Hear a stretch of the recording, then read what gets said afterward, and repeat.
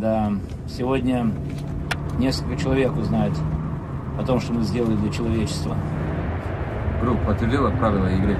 Да, самое главное захватить ядерное оружие, чтобы это не стоило. Как с французской полицией? Если бомба взорвется, то будет обвинять Россию. Тогда миллионы погибнут. Ты помнишь, последний раз мы здесь были по Триумфальной арке, могилы неизвестного солдата. Помнишь, что ты сказал? Что если бы были люди осознали, какое воздействие мы оказываем на мир. Да, сегодня несколько человек узнают о том, что мы сделали для человечества. Повредиться, распространить энергию. Все готовы? Давай, давай, жми на газ. Давай.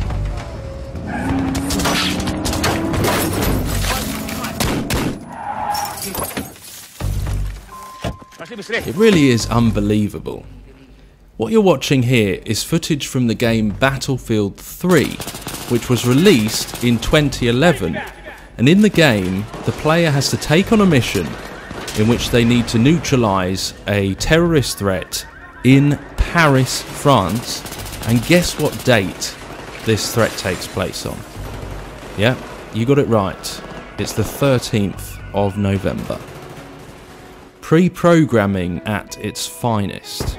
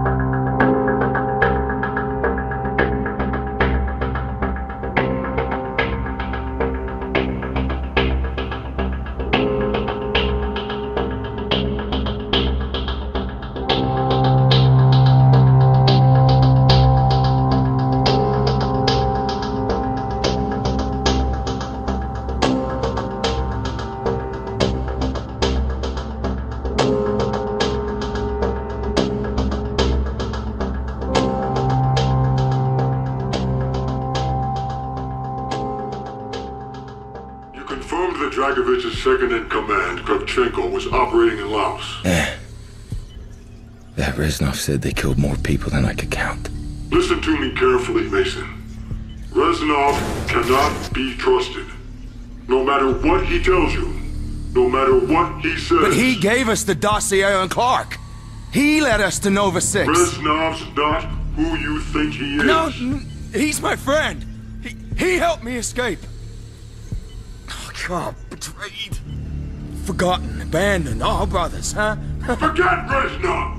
Focus, Mason! We're out of fucking time! The world is on the fucking brink of war! Whose war? Who the fuck are you anyway? Huh? God, I just keep hearing the fucking numbers! It's a broadcast, Mason. The numbers are a broadcast. You've been brainwashed.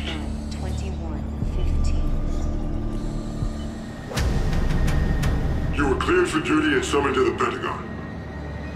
Jason Hudson was my new handler. This is it. Why the Pentagon? Hudson couldn't tell me. He didn't have clearance. Your convoy is ready, sir. Welcome to the Pentagon. We're late.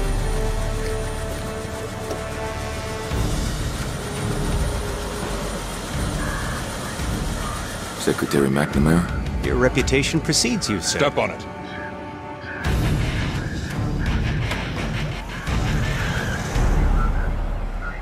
Nothing less than our national security is at stake. He has no fear, no conscience, no weakness. This is Nikita Dragovich. I believe you two have already met. When do I kill him? We're lucky to have you back, Mason.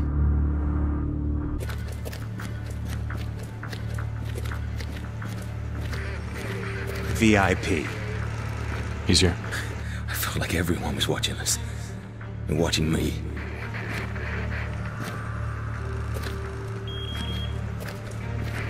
Back then you couldn't trust anyone. Sometimes even yourself. That's why we're here, Mason. To see Finest if we people can in the trust world, you. right here. 24/7. It never ends. We were watching you the whole time. It's not possible. I was in the Pentagon. Please tell him we're here. At once, sir.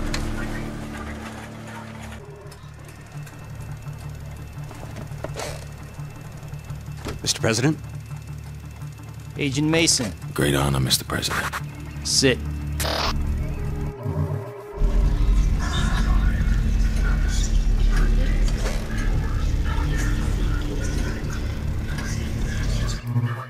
We are in grave danger from the communists.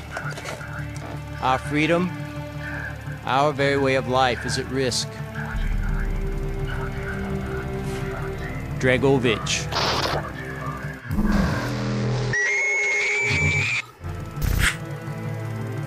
I'm told that you are the very best that we have. Anywhere. You will need to be. Mr. Mason,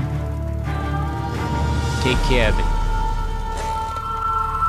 Victor Reznov's been dead for 5 years. He died at Vorkuta during the escape. All the years you thought he was with you, that was just in your mind. I trusted him. That's why it worked. It was their attempt at MK-Ultra. Dragovich programmed you to kill Kennedy, but Reznov sabotaged you. He wanted revenge for all the Dragovich done to him. Dragovich, Kurchenko, Steiner, 3 new victims. There are gaps in your memory. Periods where you went MIA and we couldn't account for you. But now that the brainwashing's been broken, all that lost time will come back. We need to leave. The Nova 6 strike is imminent. Hundreds of sleeper agents, hidden in every state capital, are about to unleash this poison on your own countrymen. When Steiner died, we lost our key to unlocking the location of number broadcasts. You were programmed at Vorkuta to translate the number codes. Only you can tell us what the codes mean. Nova 6 was just one of the sleeper operations, but I'm sure there were others. Ones we didn't even know about. We have the broadcasts. We played them to you over and over again for hours, but we haven't been able to break through your programming yet. Mason, this is our last shot.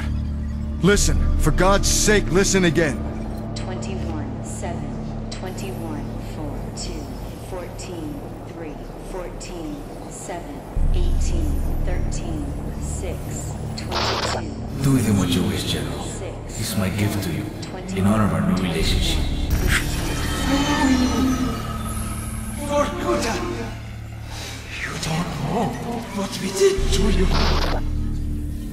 The subject has been successfully implanted with the knowledge to translate the number sequences. I love strawberry milkshake. It's perhaps my favorite American thing. So simple. Just milk and ice cream. The rest of the menu, however, I think you will need to address. I think it needs to be more German. Yes! Tell me, are you from here, John Smith? Huh? I read here that you operate out of Station 6. What is the location of Station 6? I'm unfamiliar with this station. Speak up. Kommandant, Sie werden vom Oberkommando verlangt. War das nicht Zeit? Trink grad noch meine Erdbeermilch. Leider nicht, Kommandant. Das Oberkommando verlangt, Sie umgehend zu sehen. In Ordnung, ich komme schon.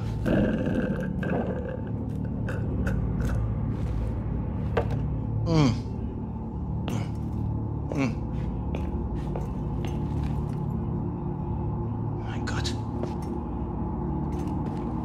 Oh mein Gott, das bist du. Das bist du! Blazkowicz, shut the fucking front door!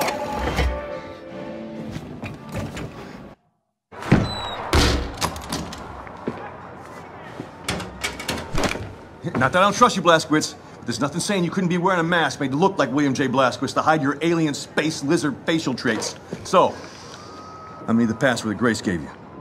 She didn't give me one. Right. Off with the mask. Show me your lizard face, motherfucker. Super Special, lower your weapon before I break your arm or put your lights out. I knew it was you, Terror Billy. I was just fucking with you. Come on, follow me. Hey.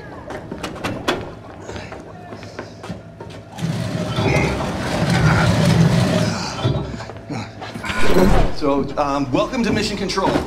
I haven't had much of a chance to clean up around here. I'm sorry about that. It's, good stuff. This shit right here. It keeps the signals from getting through. Very effective against alien mind-reading devices. How's Grace? Good. Baby Abby? Fine as cream gravy. Christ, I miss her. Even the pissing in the face part. You know? I mean, maybe I miss that the most. Little fucker. So what have you been doing down here, Super Special? This place?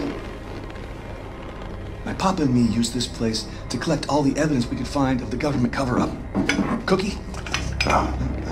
It's been more than a decade now. Summer of '47. It was the same year I quit working as a lawyer.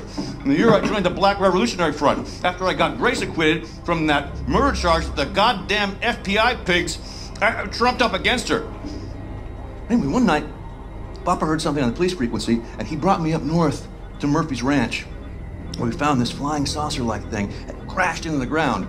And wouldn't you know it, the U.S. motherfucking military swooped in and quarantined out the entire purview. Gave us some kind of bullshit story about a weather balloon. They were lying out of their asses because we made off with some actual hard evidence. Here, take a look at this. Pulled that baby right out of the crash site. Now, does that look like something that came off a weather balloon? This place is where we kept the records and started surveilling what the military is up to. Papa built most of it. So you reckon what you saw was a spaceship? I'm not saying it's a flying saucer from outer space, but it was clearly extraterrestrial in origin, if you catch my drift. It's all fucking connected, man. If you trace the chain of causation, you find yourself in a secret underground facility about 10 clicks east of Roswell, up by Bottomless Lakes, Area 52. Our government captured an alien flying saucer, and they stored the salvaged bodies and technology in an underground vault. Everyone was involved. The FBI pigs, the military pigs, even the goddamn King President pig himself. Check this shit out. Right? Area 52, Area 51, over here, Area 48, Area 56, all over the Southwest. Nevada, New Mexico. It's one gigantic complex, and it's connected by underground train tunnels. Look at the pictures. Plasma guns, mind control, anti-gravity engines. And after our coward-ass government surrendered to the fucking Nazi pigs, our new masters took over all these bases, and they kept doing their own experiments to further their own fascist agenda. Look at this. This whole thing is the Area 52 military compound. Up here, it's the Nazi head honchos installed the fucking Oberkommando. But down here below, there's a cavernous vault full of all kinds of weird-ass technology, alien shit. It's all down there. Now, I haven't seen it myself, but it's there. Well, whatever it is, it ain't Martian. Okay, all right. Nobody knows for sure exactly what kind of technology we're dealing with, but it's most likely space alien-based. It ain't space aliens. I talked. How the fuck do you know? Are you some kind of expert on all things extraterrestrial now? Look, I've been a lawyer a long fucking time, and I know a motherfucking conspiracy when I see one. No, okay, I'm not saying it's space aliens, right? But it goes without saying it's fucking space aliens! In 2013, Chicago realized the promise of smart cities with CTOS, a citywide operating system merging big data with surveillance, security, and transit programs. With a few hundred lines of code, hackers were able to hijack its central servers and cripple the entire grid. Many believed the attack would be a killing blow for smart city development. They were wrong. Coordinated from the heart of Silicon Valley, CTOS 2.0 has been implemented across the United States, ushering in the Internet of Things. 6.4 billion connected devices now serve as collection points, mapping and recording our daily routines, making a more secure and more invasive system. But who else is listening? Big Brother no longer works alone. Thousands of little brothers monitor and aggregate your every move. building a complete digital profile of you to be bought, sold, or stolen in an instant. Toys study your children, reporting their play habits back to marketers. Appliances, consoles, and home security systems give corporations a window into your private life. Control of your vehicle and mobile device can now be breached remotely by anyone at any time. You may think that you are immune or underestimate the risk, but your digital shadow is already compromised. Insurance companies use algorithms to monitor your life habits and limit or deny coverage. Health providers determine if your cancer is worth treating. Search results and news feeds are skewed to bias mood and influence your vote, engineering social uprisings on a massive scale. You are now less valuable than the data you produce. This is the new reality. Going dark is no longer an option. With threats to personal freedom rising, many are stepping forward. Whistleblowers, activists, and hackers have drawn their battle lines, putting the establishment on watch. But are they threats themselves, or have they become freedom's last line of defense? As we see with the watchdog symbol, it looks like the seal of Saturn, meaning the planet Saturn, as we know, is known as is Satan's planet. Notice that was exactly the same as the Watchdogs logo, and it's also the same as the Freemasons logo, so it also looks like the Satanic Baphomet. As you see, looks like the Freemason logo. See there, the all-seeing eye, the all-seeing eyes on the wall, the one eye, the owl, simulating the Illumin, the Freemasons, because they worship the owl, the all-seeing eye. You'll see this through the whole of the game. It's the Illuminati symbol, exactly, because this is what gaming is used for, to promote the Illuminati, to dumb people down.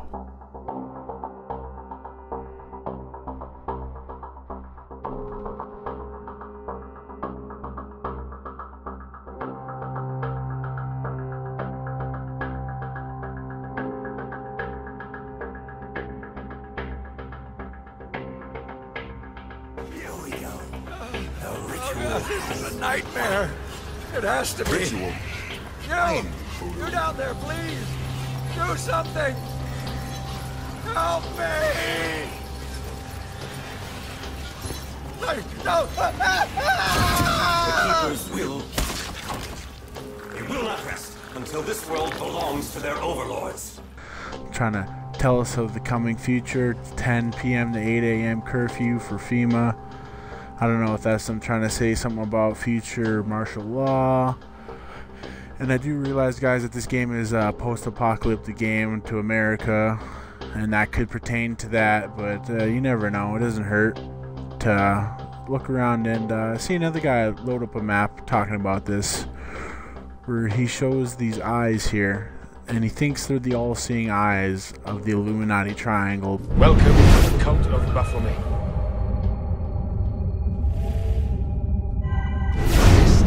Brothers of Baphomet, we here dedicate the life of our beloved sister Jeanne to the glory and power of the wisdom of Baphomet. We stand together in gratitude to you, Jeanne, for your bravery. I yield this, my body, for the good of my sisters and brothers in Baphomet. We honor your sacrifice. You sure you asked it the right thing? I know this, I know that symbol. That's a Phrygian cap. It stands for freedom, and that's a Masonic eye. Now those two come together in only one place. What's happening? I can't move. Your DNA communes with the apple. You have activated it. Let me go! On the 72nd day before the moment of awakening, you, birthed from our loins and the loins of our enemies, the end and the beginning, whom we abhor and honor. The final journey commences. There is one who will accompany you through the gate. She lies not within our sight. The cross darkens the horizon.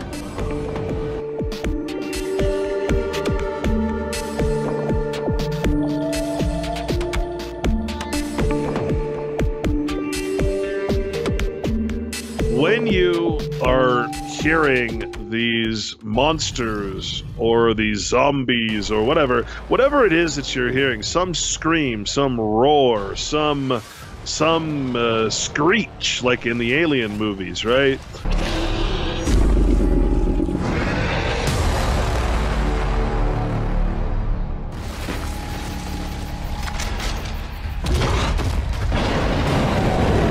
What are you actually hearing?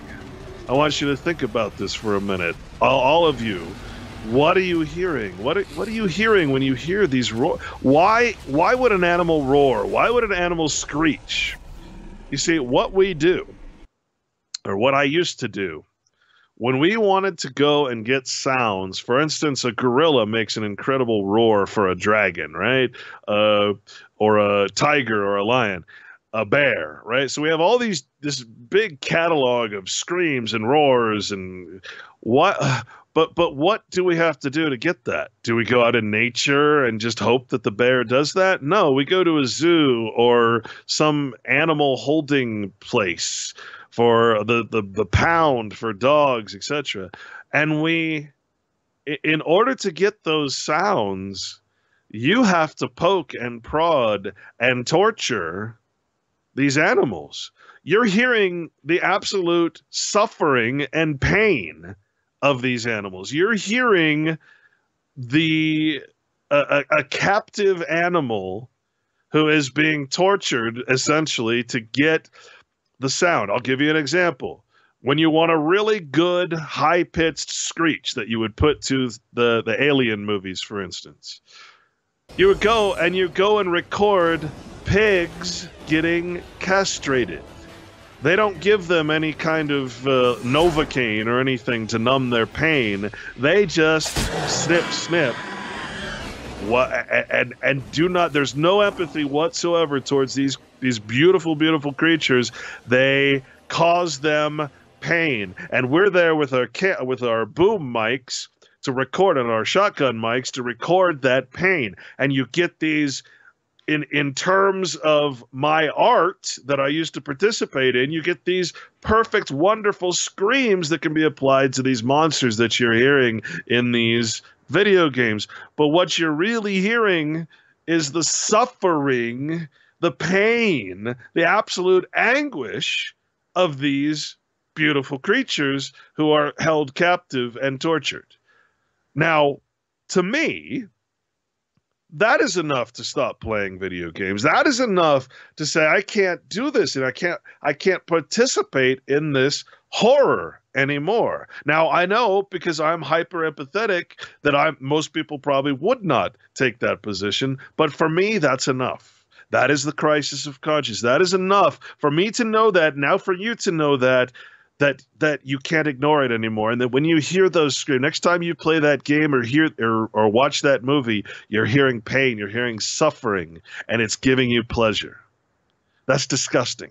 You tell me that all the time they do this? It's never simulated with a computer or something like that? Oh sure. You take, so what you do is you take the gorilla scream or you take the bear scream, and if you listen, you'll hear, for instance, scraping metal, or what else did I used to use? Like scraping metal is the best, because you add the scraping metal to the sound of that roar, and it creates like a monster type of sound. You can combine different animals and make different sounds. The TIE the TIE fighter. Remember Star Wars? Yes. The sound that the TIE fighter makes.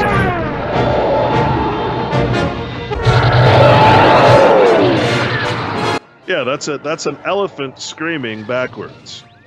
And it turns out that they were right all those years, that video games do, in fact, and are designed to affect the empathy level, the moral compass of children, especially, and adults. So as soon as I heard this interview, That was it. That was the click. That was what I call my crisis of conscience. I said, what the hell am I doing? Here I have these demons on my screen that I'm making for Resident Evil. And I went around and I asked the other guys, because some of them were Christians, some of them were not. And I asked them, I said, how is it that, do you ever get bothered by this? Is there something about this that makes you want to stop doing this because you're supporting something that is against your religion or against your moral fiber or whatever it is that affects you? And they said, oh yeah, absolutely. And essentially their answer is, but I have children, I have this, I'm sold out. I sold out. I can't stop this. No matter how bloody and gory and disgusting and immoral it gets, I can't stop this. And I kept asking people, I kept getting the same answer. And to me, that was the wrong answer. That is what made me stop, because I was like, I don't want to be you. I'm at this point making, getting close to making probably $100,000, $100,000 a year, which is pretty good. I was up to $30 an hour, I believe, something like that, 35.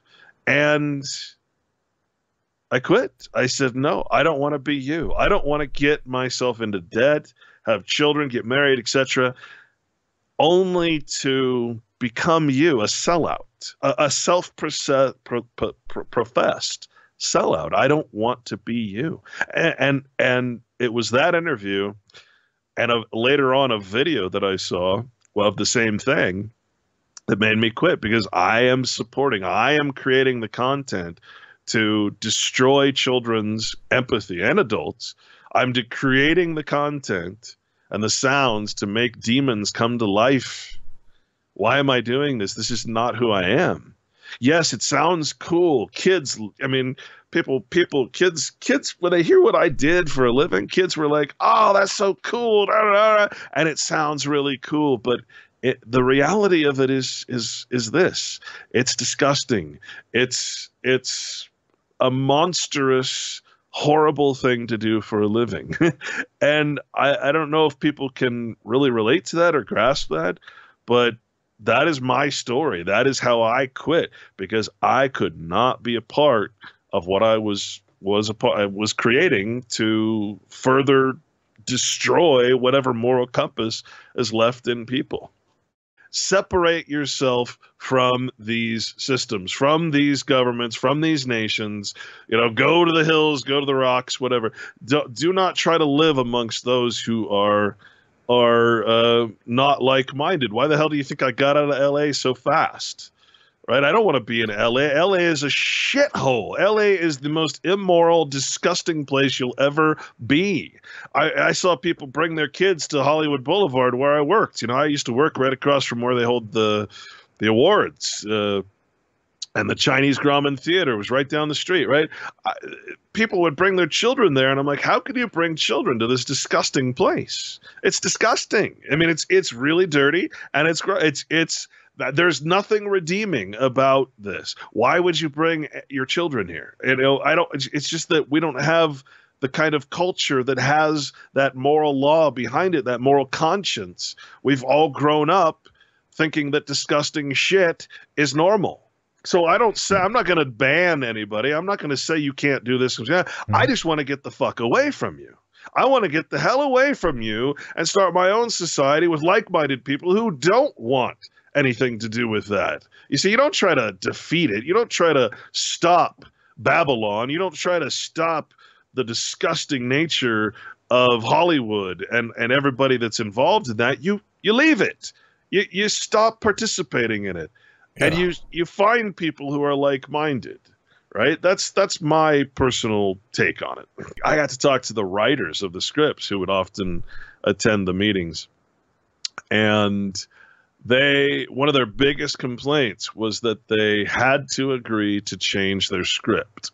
They in order for a company, a games company, to actually publish and pay them for their script writing, they would have to agree to, of course, changes to the script. And so I'd see them cringe whenever whenever like a line would come up and they changed the line, and they just get so upset about it because it would be something ridiculous. Like they would say, I remember one, it was, thank God that Homeland Security was here to save us.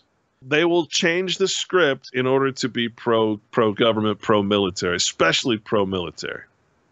So, and you find that throughout all of Hollywood. But yeah, that's what their biggest complaint was, that they had to submit to the changes in the scripts, and it would always, like I said, always be pro military, pro government, or it would be kind of what you look into, which is this sort of esoteric, even theosophical kind of stuff that nobody really would see, the checkered floor, for instance, or the the Masonic stuff, or some kind of numbers, right, with significance. Right. This is why I quit.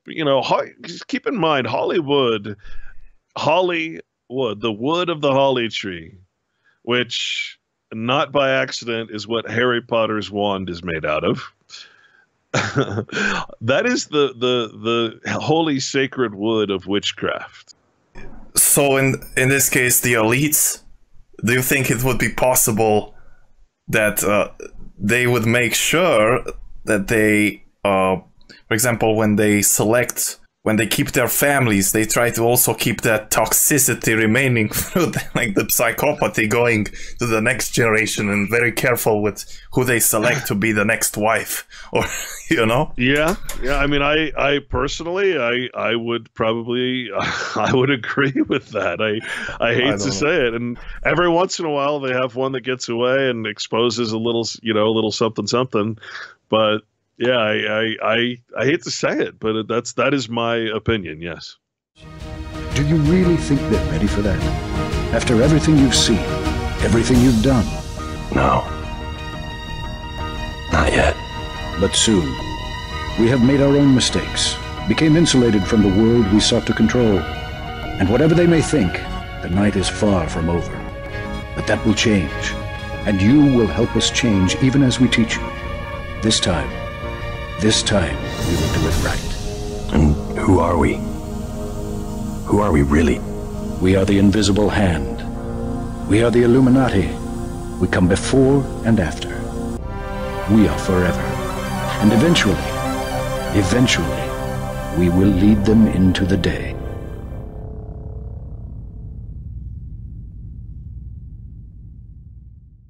So what do you think of transhumanism? Because I've seen a lot of transhumanist propaganda and media and in video games today. So what do you think? Do you think that plays a part, and what should we do with that?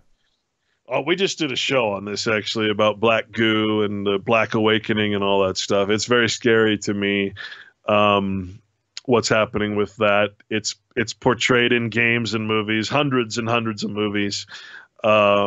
This notion of what we're really talking about is programmable matter, right? So if you consider that what is matter? Matter can be anything from an issue that's brought up in court to pus to anything that exists is basically called matter. So if you think about the notion of God's creation or the design of nature, you could say, if you wanted to, you could say that we are all programmed matter. We are all programmed according to the laws of nature. Excuse me, right? If you again, applying the metaphor, we're all programmable matter.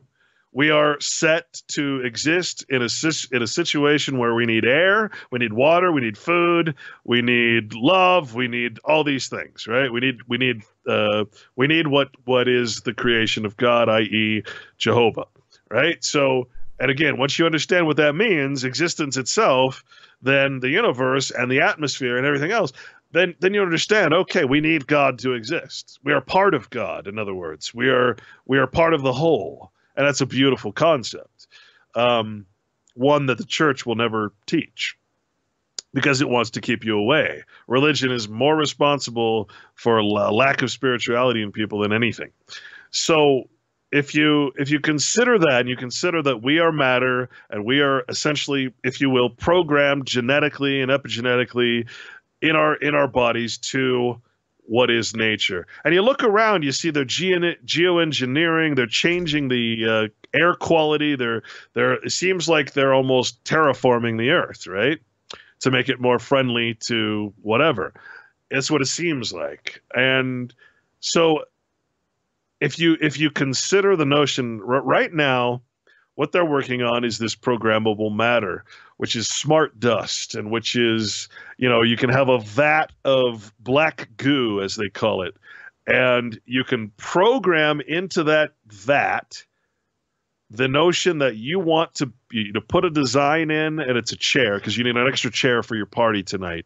And out of that vat, for these molecules, this matter, these nano machines, this technology clumps to each other and forms a chair. And you take that chair out of that vat, you use it for the night, and when you're done with it, you put it back into the vat, and you program it to become goo again. And so the nanobots detach from each other and become this sort of programmable matter. It's just waiting for its next command. This is real technology. They've already done this. All right. So I'm not just speaking science fiction here. This is real stuff. What we're talking about is what we're scared about is something called ecophagy, which is where programmable matter starts replicating itself and programming itself to the point where humans no longer have control of it. That is perhaps, and the programmable matter keeps growing and growing because it has the entire Earth to use as fuel, and it takes over the entire ecosystem. That is actually a theory posited back in the 1970s when all this started happening, this technology growth. And this is why I'm against technology at this point. I'm ready to go back, and that doesn't mean I'm against a plow. It doesn't mean I'm against something that I can use manually, but this kind of technology that is completely out of control, which is the very basis of the movie The Matrix, an out-of-control technology, or the Terminator series, an out-of-control technology. This is much more frightening because this is smart dust that can enter into your body and change you. Right? It can change your genetic makeup. It can alter your consciousness. So imagine that getting out of control and taking over, just changing the entire biosphere of the world. So I find that a very frightening and unfortunately very realistic concept. I gotta tell people, man, spiritual awakening is not a pleasant thing. It's a painful journey. It will require you to break down